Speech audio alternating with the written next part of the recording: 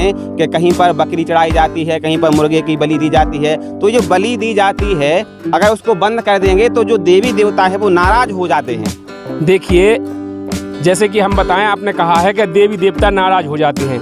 परमात्मा की एक वाणी है कि माई मसाणी शरण शीतला भैरव भूथन मंत, और परमात्मा उनसे दूर है जो इनके पूजन। जब तक इनको पूजोगे जब तक तो परमात्मा दूर है। सब देवता ठाणे भाई हमको ठौर बताओ, और जो मुझ कबीर को पूजे नहीं उन्हीं को लूटो खाओ। परमात्मा ने कहा है कि जब तक हम पूर्ण परमात्मा की शरण में नहीं रहते हैं, जब तक ये देवी देवता हम पूजते रहते हैं और फिर भी अपने को खाते रहते हैं, परेशान करते रहते हैं। तो हम गुरु जी ने जो बताया है कि हम सत भक्ति करेंगे तो ये देवी देवताओं का भी मोक्ष हो जाएगा और तुम्हारा भी मोक्ष हो जाएगा। तो हम किसी की ना हत्या करेंगे और ना किसी की मतलब इन देवी देवताओं की बलि दे के इनकी पूजा करेंगे। और जबकि बलि देना किसी ग्रंथ में नहीं लिखा है, ये सब मनमाना आचरण है। और हमारे जो पहले धर्म के ठेकेदार हैं और जो जैसे नावते बोलत जिन्हें ओघा बोलत, तो ये कहा है कि ओझा और नावते इनने अपने जीव के स्वाद के बस, इनको मतलब चाटने की आदत है, इनने अपनी जीव के स्वाद के बस अपने इन भोली भाली आत्माओं को, श्रद्धालुओं को फंसा रखो। उनने कही कि तुम अगर इनकी बलि नहीं दो तो तुम्हारी संतान नहीं हुज्जे, और देखो तुम्हारी संतान नहीं से चल रही। अगर तुम इन देवताओं को नहीं पूजोगे जो जिन्हें ये बलि लगा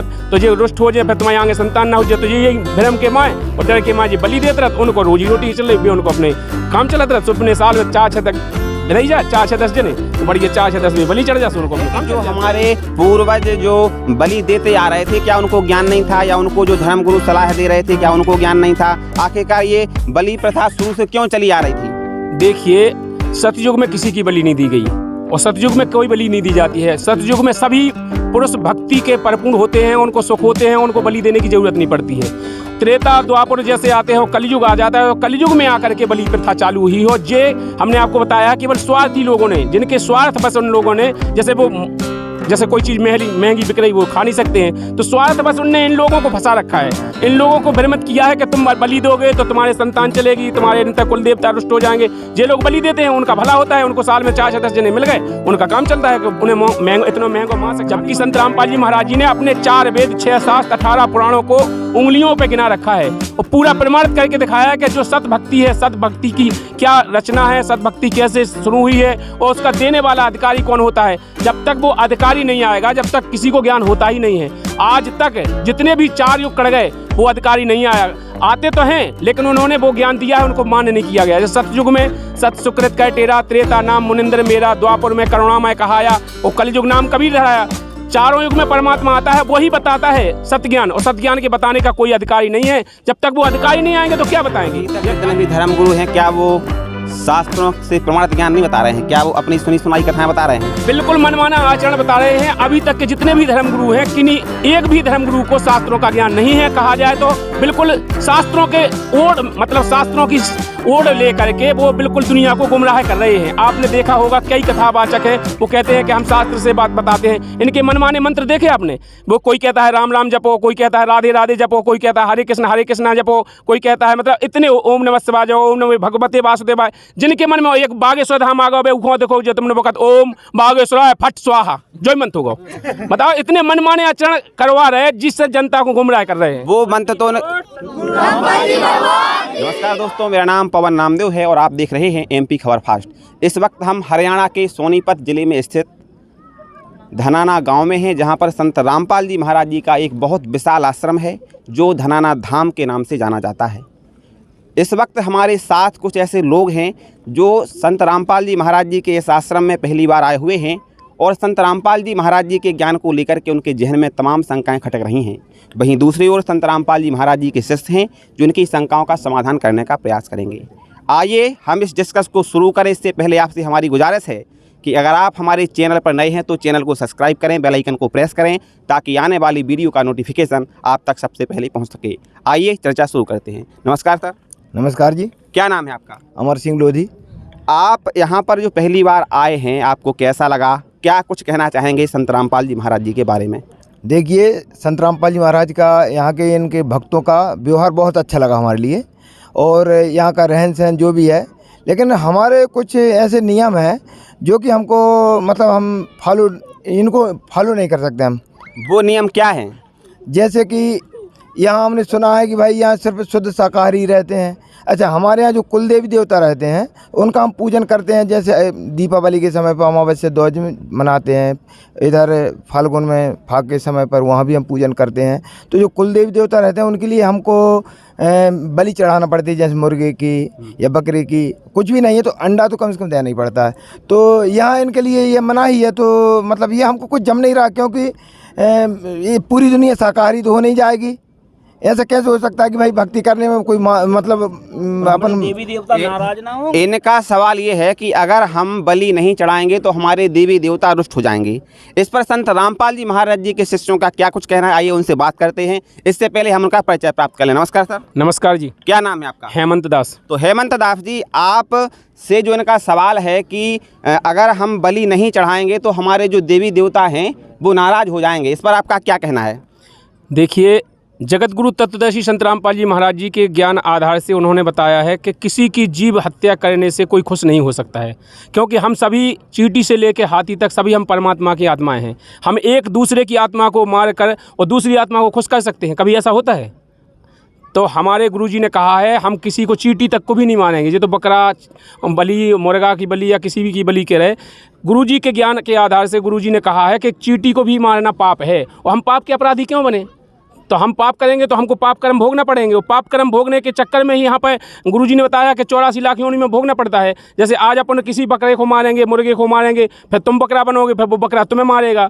तो मतलब एक दूसरे का बदला फिरता रहेगा, क्योंकि यहाँ का बदला 3 लोक के जो भगवान हैं उनको भी देना पड़ा है। जैसे कि आपको बता दें थोड़ा कि जैसे रामचंद्र जी हैं, रामचंद्र जी ने बाली को मारा था छिपके, उनको बदला देने के लिए कृष्ण भगवान आए तो कृष्ण भगवान को भीलिया ने मारा था, तो उन्होंने कहा था कि मेरे से गलती होगी, तो उन्होंने कहा था गलती नहीं हुई है, तो हमारा तुम्हारा बदला था वो पूरा हुआ है। तो जब यहाँ के भगवानों को बदला देना पड़ा तो हम लोग कहाँ से बचेंगे? चलिए, बदला एक अच्छी बात है कि बदला लेना पड़ता है, देना पड़ता है, वो एक अलग अलग विषय है। लेकिन हम ये जानना चाहते हैं कि हमारे जो हिंदू धर्म में जो रीति रिवाज हैं कि कहीं पर बकरी चढ़ाई जाती है, कहीं पर मुर्गे की बलि दी जाती है, तो जो बलि दी जाती है अगर उसको बंद कर देंगे तो जो देवी देवता है वो नाराज हो जाते हैं। देखिए, जैसे कि हम बताएं, आपने कहा है कि देवी देवता नाराज हो जाते हैं। परमात्मा की एक वाणी है कि माई मसाणी शरण शीतला भैरव भूथन मंत, और परमात्मा उनसे दूर हैं जो इनके पूजंत। जब तक इनको पूजोगे जब तक तो परमात्मा दूर हैं। सब देवता ठाणे भाई हमको ठौर बताओ, और जो मुझ कबीर को पूजे नहीं उन्हीं को लूटो खाओ। परमात्मा ने कहा है कि जब तक हम पूर्ण परमात्मा की शरण में नहीं रहते हैं, जब तक ये देवी देवता हम पूजते रहते हैं और फिर भी अपने को खाते रहते हैं, परेशान करते रहते हैं। तो हम गुरुजी ने जो बताया है कि हम सत भक्ति करेंगे तो ये देवी देवताओं का भी मोक्ष हो जाएगा और तुम्हारा भी मोक्ष हो जाएगा। तो हम किसी को ना हत्या करेंगे और ना किसी की मतलब इन देवी देवताओं की बलि दे के इनकी पूजा करेंगे। और जबकि बलि देना किसी ग्रंथ में नहीं लिखा है, ये सब मनमाना आचरण है। और हमारे जो पहले धर्म के ठेकेदार हैं और जो जैसे नावते बोलत जिन्हें ओघा बोलत, तो ये कहा है कि ओझा और नावते इनने अपने जीव के स्वाद के बस, इनको मतलब चाटने की आदत है, इनने अपनी जीव के स्वाद के बस अपने इन भोली भाली आत्माओं को, श्रद्धालुओं को फंसा रखो। उनने कही कि तुम अगर इनकी बलि नहीं दो तो तुम्हारी संतान नहीं हुज जाए, देखो तुम्हारी संतान नहीं से चल रही, अगर तुम इन देवताओं को नहीं पूजोगे जो जिन्हें ये बलि लगा तो ये रुष्ट हो जाए, फिर तुम्हारे आगे संतान ना हो जाए। तो यही भ्रम के माए और डर के माँ जी बलि देते रहते, उनको रोजी रोटी चल रही, उनको अपने काम चलते रहते। अपने साल में 4-6 बधाई जा 4-6-10 जने बढ़िए 4-6-10 भी बलि चढ़ जाते, उनको अपना काम चल जाता। चलिए, तो सैकड़ों साल से चली आ रही है जो बलि की हमारे देवी देवताओं की रीति, वो गलत है, ओझा गलत हैं और आपके संत रामपाल जी महाराज जी सही हैं। ये सही लग रहा है क्या? जी, ये बिल्कुल सही है कि आपकी जो बरसों से चली आई या जन्म जन्मांतर से चली आई या बिल्कुल मनमाना आचरण है वो गलत है। क्योंकि हमारे श्रीमद् भगवत गीता जी में लिखा है कि जो अध्याय 16 के श्लोक नंबर 23 में, जो पुरुष शास्त्र विधि को त्याग कर अपनी इच्छा से मनमाना आचरण करते हैं, ना तो उनका मोक्ष होता है, ना गति होती है, ना किसी प्रकार का सुख होता है। और अभी तक जो आप कर रहे हैं, आप बताइए कहाँ किस वेद में लिखा है कि बलि देना चाहिए, किस ग्रंथ में लिखा है? आप हिंदू धर्म के किसी भी एक ग्रंथ में बता दीजिए कि यहाँ पर लिखा है कि बलि देना चाहिए, बकरे की या मुर्गे की या किसी की बलि देना चाहिए। बताइए आप कहाँ लिखा है? देखिए भैया, लिखा तो कहीं नहीं देखा। देखिए, मैं बताता हूँ। ये हमारे पहले जो यज्ञ होते थे, अश्वमेध यज्ञ होता था, उसमें अश्व की बलि दी जाती थी। और जो यज्ञ जो होते थे बहुत पहले, सतयुग में भी हुए, त्रेता में भी हुए, द्वापर में भी हुए, उनमें सांड की जो बैल रहता, हम लोग उसको सांड बोलते हैं, उसकी बलि दी जाती थी। तो क्या वहाँ के जो ऋषि महर्षि थे, जो जैसे सप्त ऋषि थे और भी 88,000 ऋषि हैं, तो उनको कोई ज्ञान नहीं होगा तो जो बलि देते थे यज्ञ में? इनका ये कहना है कि जो हमारे पूर्वज जो बलि देते आ रहे थे, क्या उनको ज्ञान नहीं था, या उनको जो धर्मगुरु सलाह दे रहे थे क्या उनको ज्ञान नहीं था? आखिरकार ये बलि प्रथा शुरू से क्यों चली आ रही थी? देखिए, सतयुग में किसी की बलि नहीं दी गई और सतयुग में कोई बलि नहीं दी जाती है। सतयुग में सभी पुरुष भक्ति के परिपूर्ण होते हैं, उनको सुख होते हैं, उनको बलि देने की ज़रूरत नहीं पड़ती है। त्रेता द्वापर जैसे आते हैं, कलयुग आ जाता है और कलयुग में आकर के बलि प्रथा चालू हुई हो। जे हमने आपको बताया केवल स्वार्थी लोगों ने, जिनके स्वार्थ बस उन लोगों ने, जैसे कोई चीज़ महंगी बिक रही वो खा नहीं सकते हैं, तो स्वार्थ बस उनने इन लोगों को फंसा रखा है। इन लोगों को भ्रमित किया है कि तुम बलि दोगे तो तुम्हारे संतान चलेगी, तुम्हारे कुल देवता रुष्ट हो जाएंगे। जे लोग बलि देते हैं उनका भला होता है, उनको साल में 4 से 10 जने मिल गए, उनका काम चलता है कि उन्हें इतना महंगा माँ से खा नहीं पाने मोल लेके। तो इन लोगों को भ्रमित कर रहे हैं। कहीं भी बताइए, किसी भी ग्रंथ में बताइए, कहीं बलि प्रथा लिखी हुई, आप बताइए कहाँ लिखा है? जबकि संत रामपाल जी महाराज जी ने अपने 4 वेद, 6 शास्त्र, 18 पुराणों को उंगलियों पे गिना रखा है और पूरा प्रमाणित करके दिखाया है कि जो सतभक्ति है, सतभक्ति की क्या रचना है, सतभक्ति कैसे शुरू हुई है और उसका देने वाला अधिकारी कौन होता है। जब तक वो अधिकारी नहीं आएगा, जब तक किसी को ज्ञान होता ही नहीं है। आज तक जितने भी 4 युग कट गए वो अधिकारी नहीं आया, आते तो हैं लेकिन उन्होंने वो ज्ञान दिया है, उनको मान्य नहीं किया गया। जैसे सतयुग में सत सुकृत कह टेरा, त्रेता नाम मुनिंद्र मेरा, द्वापर में करुणामय कहाया और कलयुग नाम कबीर धराया। चारों युग में परमात्मा आता है, वही बताता है सत्य ज्ञान, और सत्य ज्ञान के बताने का कोई अधिकारी नहीं है। जब तक वो अधिकारी नहीं आएंगे तो क्या बताएंगे? ये अधिकारी ही नहीं थे। तो अभी तक जितने भी धर्मगुरु हैं, क्या वो शास्त्रों से प्रमाणित ज्ञान नहीं बता रहे हैं? क्या वो अपनी सुनी सुनाई कथाएं बता रहे हैं? बिल्कुल मनमाना आचरण बता रहे हैं। अभी तक के जितने भी धर्मगुरु हैं, किन्हीं एक भी धर्मगुरु को शास्त्रों का ज्ञान नहीं है। कहा जाए तो बिल्कुल शास्त्रों के ओढ़, मतलब शास्त्रों की ओढ़ ले करके वो बिल्कुल दुनिया को गुमराह कर रहे हैं। आपने देखा होगा कई कथावाचक हैं, वो कहते हैं कि हम शास्त्र से बात बताते हैं। इनके मनमाने मंत्र देखे आपने? वो कोई कहता है राम राम जपो, कोई कहता है राधे राधे जपो, कोई कहता है हरे कृष्ण जपो, कोई कहता है मतलब इतने ओम नमः शिवाय जपो, ओम नमः भगवते वासुदेवाय। जिनके मन में एक बागेश्वर धाम आ गए, उखो देखो जो तुमने वक्त ओम बागेश्वराय फट स्वाहा जो मंत्र होगा। बताओ, इतने मनमाने आचरण करवा रहे हैं जिससे जनता को गुमराह कर रहे हैं। वो मंत्र तो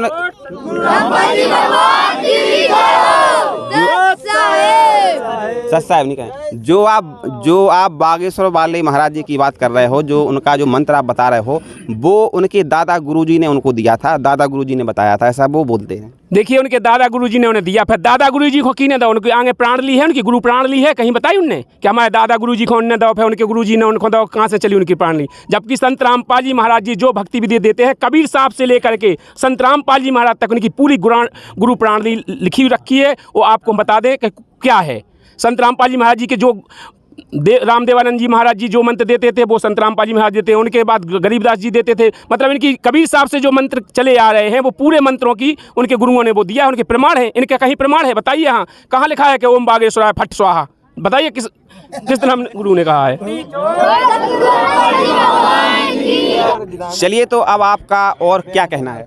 जी सर जी, एक सवाल है हमारे यहाँ। जो शादी होती है हमारे यहाँ, तो शादी में जो घटोइया पूजता है वहाँ बकरा दिया जाता है। हमारे यहाँ संतान नहीं होती तो उसकी हम दिखाई पुछाई करवाते हैं तांत्रों से या गुनियों से, तो वहाँ भी बताते हैं यहाँ बकरा चढ़ाओ, जब आपकी संतान होगी मुर्गा चढ़ाओ। तो इसके प्रति हम क्या करें? संत रामपाल जी महाराज तो ये बताते हैं कि बलि पूजा पूजा बंद करा रहे हैं, तो इस पर आप क्या कहना चाहेंगे? देखिए, संत रामपाल जी महाराज जी अपने शास्त्रों से प्रमाणित ज्ञान दे रहे हैं। इनने कहा है कि हम देवी को या घटोइया को अगर हम बकरा की बलि नहीं देंगे, मुर्गा की बलि नहीं देंगे तो संतान नहीं होगी। इससे पहले आपने कभी प्रमाण देखा है? एक बार ना दे के देखो ना। संत रामपाल जी महाराज जी कहते हैं कि जो दुनिया में कैसी भी रोग हो, किसी भी प्रकार की बीमारी हो, किसी भी प्रकार का कष्ट हो, वो यहाँ आकर संत रामपाल जी महाराज जी से नाम उपदेश ले और पूर्ण परमात्मा की भक्ति को मर्यादा में रह करके आजीवन करे। जीवन में कोई कष्ट नहीं हो सकता है।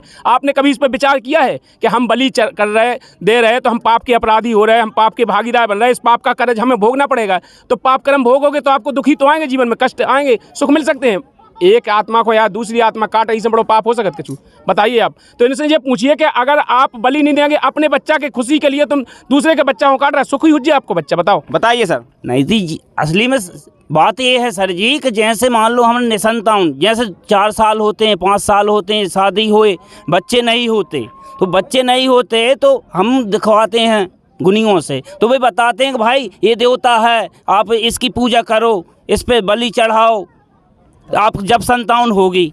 तो हम उसके क्या करें इसमें। संत रामपाल जी महाराज तो कहते हैं बलि बंद करो, बलि प्रथा को, ये हत्या है, पाप लगता है, और हमारे बुजुर्गों से चली आ रही है प्रथा, उस हमारे बुजुर्ग करते हैं। अभी यहाँ पर एक अंकल और खड़े हैं, हम उनसे ही बातचीत करने का प्रयास करेंगे, उनका क्या कुछ कहना है बलि प्रथा के बारे में।